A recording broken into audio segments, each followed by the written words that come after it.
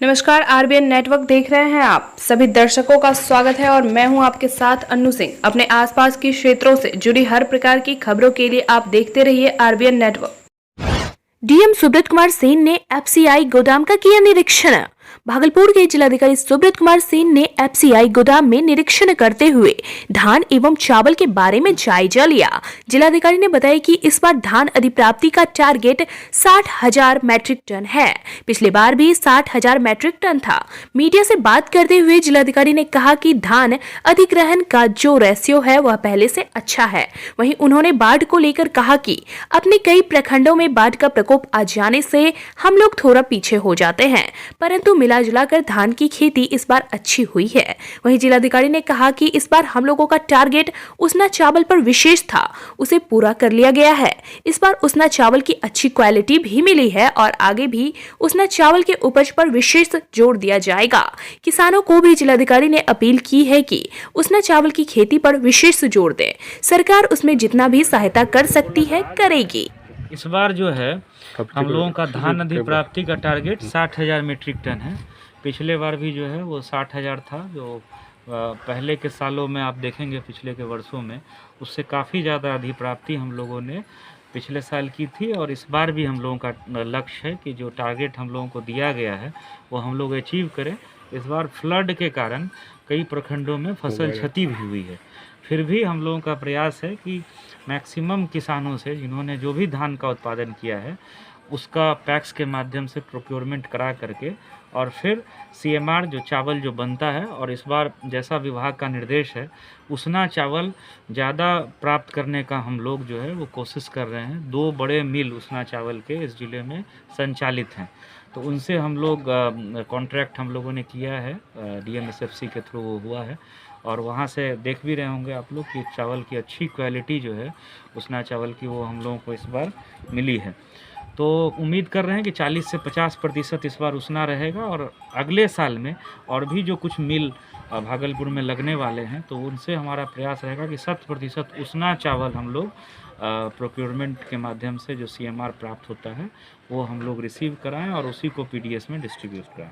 अभी यहाँ गोदाम में जो क्वालिटी चेक किया आपने, उसमें क्या नहीं, अच्छी है क्वालिटी। अभी तक जो हम लोगों ने देखा, एक तो 5,000 एमटी का लगभग 50,000 क्विंटल जो है वो गोडाउन फुल भी हो गया है। उसका वेरिफिकेशन कल एफसीआई की टीम भी, जैसा है बता रहे हैं, कल परसों में आई थी, तो उन लोगों ने भी वेरिफिकेशन कर लिया है। तो इस बार उसना चावल का और अरवा चावल जो अभी तक आया है उसकी क्वालिटी अच्छी है, और आगे भी हम लोग नज़र बनाए रखेंगे, क्योंकि अभी चावल तो 2-3 महीने तक अब आना शुरू ही हुआ है, तो ये चलेगा अभी अप्रैल मई तक। तो हम लोग नज़र बनाए रखेंगे कि कहीं भी किसी तरह का घटिया चावल जो है वो गोडाउन में कोई भी पैक्स जो है वो जमा ना करे, और क्वालिटी मेंटेन्ड रहे, साथ ही साथ जो टारगेट है उसको भी पूरा किया जाए। वहीं एक नजर मौसम पर डाल लेते हैं। पर्वतीय क्षेत्रों से बह रही पछुआ हवा की तेज गति ने भागलपुर में कनकनी बढ़ा दी है। इससे आम जीवन पर भी असर देखने को मिल रहा है। सड़कों पर लोग काफी कम संख्या में निकल रहे हैं, तो कुछ जगह ठंड से बचने के लिए लोग आग का सहारा लेते दिखे। नगर निगम द्वारा रात में तो लकड़ी की व्यवस्था की गई है, लेकिन सुबह में लोग खुद लकड़ियां इकट्ठा कर आग तापते हैं। वहीं बीएयू के मौसम विभाग के अनुसार आगामी रविवार व सोमवार को बारिश होने का अनुमान लगाया जा रहा है। बारिश होने पर अधिकतम तापमान में और कमी आएगी। ऐसे में अभी ठंड से राहत मिलने की संभावना नहीं है। ये लकड़ी अपना जला रहे हैं, सरकार नहीं गिरा रहा है। नगर निगम शाम के समय में देता है, अभी नहीं देता है। शाम के समय में देता है, कितना देता है? 30 से 40 किलो देता है। 30 से 40 किलो देता है। 30 से 40 किलो उससे हो पाता है? रात भर आदमी यहाँ जगह हुआ रहता है। तो सुबह में ज्यादा ठंड कर रहा है। तो सुबह में व्यवस्था कुछ है ही नहीं, कुछ नहीं व्यवस्था। क्या नाम हुआ? मेरा नाम हुआ मनोज पासवान। कनकनी बढ़ी है? हाँ, कनकनी है 2-4 दिन से ज़्यादा बढ़ी। हाँ। नगर निगम की तरफ से लकड़ी कोई सुबह में कोई व्यवस्था नहीं। सुबह में कोई व्यवस्था? तो सुबह ज़्यादा, हाँ, सुबह ही ज़्यादा ठंड पड़ता है। सुबह ज़्यादा पड़ता है। हाँ। यहाँ पर आग सेक रहे हैं, क्या करते हैं? हम लोग यहाँ पर काम करने आते हैं। यहाँ पर इतनी ही भीड़ रहती थी क्या पहले? हाँ, इससे भी बहुत भीड़ रहता है, ज़्यादा भीड़ रहती है। ठंड के कारण। क्या नाम हुआ? गौरी शंकर।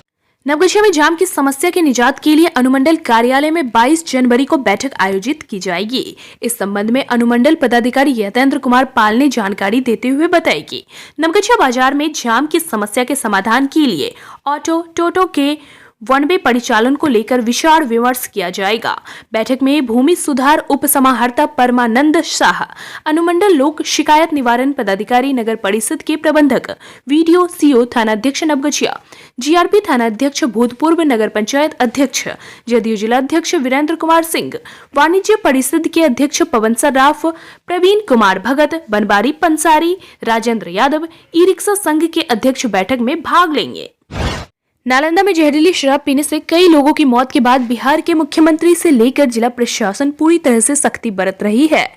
इसी कड़ी में भागलपुर जिले में भी सभी इलाके में शराब बरामदगी को लेकर एंटी लीकर टीम दबिश दे रही है। वहीं जिले के मधुसूदनपुर थाना क्षेत्र के मोहम्मदपुर में एंटी लीकर टीम और मधुसूदनपुर थाना पुलिस टीम ताबड़तोड़ छापेमारी की। कई घरों और खेतों में शराब बरामदगी को लेकर खाक छानती नजर आई, लेकिन सफलता हाथ नहीं लगी। वहीं छापेमारी के दौरान टीम ने बताया कि शराब बरामदगी को लेकर लगातार कार्रवाई चलती रहेगी।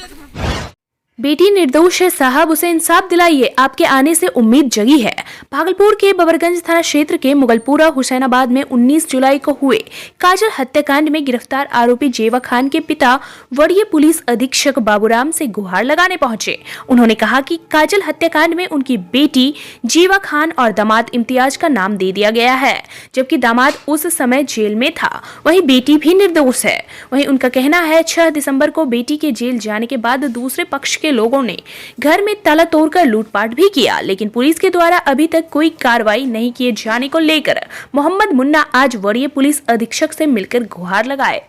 मोहम्मद मुन्ना है, मैं मौलाना चक थाना मजहतपुर का रहने वाला हूँ। मुगलपुरा हुसैनाबाद बबरगंज थाना में 19/7/2021 को काजल का हत्या हुआ था, जिसमें मेरी बेटी जेबा का नाम आया था और मेरे दामाद इम्तियाज़ का नाम, जो इम्तियाज़ मेरे पहले से जेल में बंद है, हत्या के पहले से। उसके बावजूद भी मेरे दामाद का नाम आरिफ खान ने अपनी बेटी काजल की हत्या में डालवा के उसको फिर से फंसा दिया। मेरी बेटी जेबा खान अपने पति के जेल जाने के बाद घर में अकेले रहती थी। किसी कारण काजल की हत्या मुगलपुरा में मेरी बेटी के घर के बगल में हुआ, जो मेरी बेटी का भी नाम आरिफ खान ने अपनी बेटी की हत्या में डाल दिया। तब से मेरी बेटी भाग गई, घर में ताला लगाकर वो कलकत्ता में जाके रहने लगी। मगर कलकत्ता में उसको 4/12 को पुलिस द्वारा गिरफ्तार करके भागलपुर लाया गया। भागलपुर बबरगंज थाना से 6/12 को सेंट्रल जेल भेज दिया गया। उसके बाद उसी रात्रि में जो मेरी बेटी के घर में ताला लगा हुआ था, आरिफ खान का बेटा समीर, आरिफ खान का दामाद छोटू, आरिफ खान का भगना बंधन उर्फ छोटू का दोस्त अरशद, आरिफ खान का दूसरा छोटा दामाद शब्बीर, ये सब मिलकर ताला तोड़कर रात्रि में सारे सामान, जेवरात, पैसे कौड़ी जो भी थे सब लूट लिए और घर को तोड़-फोड़ सर्व सामान को राय-छित्ती कर दिए। जब हमको इसकी सूचना मिली तो हम सुबह देखने गए, तो जैसे ही देख रहे थे तो आरिफ खान अपने सहयोगी के साथ दामाद, भगना और बेटा के साथ आके मेरी पत्नी को गाली गलौज सब करने लगे। उसी वक्त हम दौड़ते हुए बबरगंज थाना गए, मगर थाना में हमको वहाँ से भगा दिया, कोई एक्शन नहीं लिया गया। क्या नाम है? पवन कुमार। आपका क्या नाम? मोहम्मद मुन्ना। मगर वहाँ कोई एक्शन नहीं लिया गया। फिर हम 2 रोज़ के बाद बबरगंज थाना फिर गए, फिर वहाँ से मेरे को भगा दिया। इस कारण फिर हमने एएसपी के पास पहुँचे। एएसपी साहब मेरे को सिटी एसपी साहब के पास बोले। सिटी एसपी के पास जब आए तो उसके द्वारा कोई कार्रवाई नहीं किया। फिर आए तो 21/12 को मेरा FIR दर्ज हुआ बबरगंज थाना में, मगर 21/12 के बाद अभी तक कोई कार्रवाई नहीं हुआ। मेरी बेटी के घर को आए दिन तोड़-भोंग ये लोग कर ही रहे। सेवार्थ विद्यार्थी एसएफएस नवगछिया इकाई के द्वारा भोज में बचे भोजन का सदुपयोग करने हेतु बचे हुए भोजन का संग्रह कर नवगछिया प्रखंड के खैरपुर बस्ती में जाकर वितरण किया गया। एसएफएस आयाम के जिला संयोजक अनुज चौरसिया ने कहा कि लगातार एबीवीपी के एसएफएस आयाम की टीम के द्वारा शादी, ब्याह, मृत्यु भोज, जन्मदिन भोज में बचे भोजन की सूचना हम लोगों को मिलता है। बचे भोज को संग्रह कर जरूरतमंदों को जाकर वितरण कर देते हैं ताकि बचे भोजन बर्बाद होने से बच जाए। नवगछिया नगर के उपाध्यक्ष अरविंद सिंह ने कहा कि समाज में किसी भी तरह के भोज में खाना बचे तो एबीवीपी सेवार्थ विद्यार्थी एसएफएस नवगछिया को सूचना अवश्य ही दे। वहीं कार्यक्रम को सफल बनाने में अनुज चौरसिया, सिकंदर कुमार, अखंड योगेश, आकाश शर्मा आदि लगे हुए थे। वाणीपुर ओबी क्षेत्र के गनौल निवासी सुनीता देवी मौत मामले में प्राथमिकी दर्ज की गई है। मृतका के पति के बयान पर प्राथमिकी दर्ज की गई है। आपको बता दें कि पति के बयान पर यूडी केस भी दर्ज किया गया। नवगछिया की जीआरपी पुलिस ने चोरी के मोबाइल के साथ आरोपित को गिरफ्तार किया है। आरोपित राजेंद्र कॉलोनी निवासी कन्हैया सहनी है। ज्ञातव्य हो कि थाना क्षेत्र में 2 जनवरी को नारायणपुर निवासी पुष्पराज कुमार का नवगछिया स्टेशन पर रेडमी मोबाइल चोरी हो गया था। इस संबंध में पीड़ित ने नवगछिया जीआरपी थाना में प्राथमिकी दर्ज करवाया था। पुलिस ने अनुसंधान के दौरान कन्हैया सहनी के पास से मोबाइल बरामद किया है। कन्हैया सहनी का आपराधिक इतिहास भी बताया जा रहा है।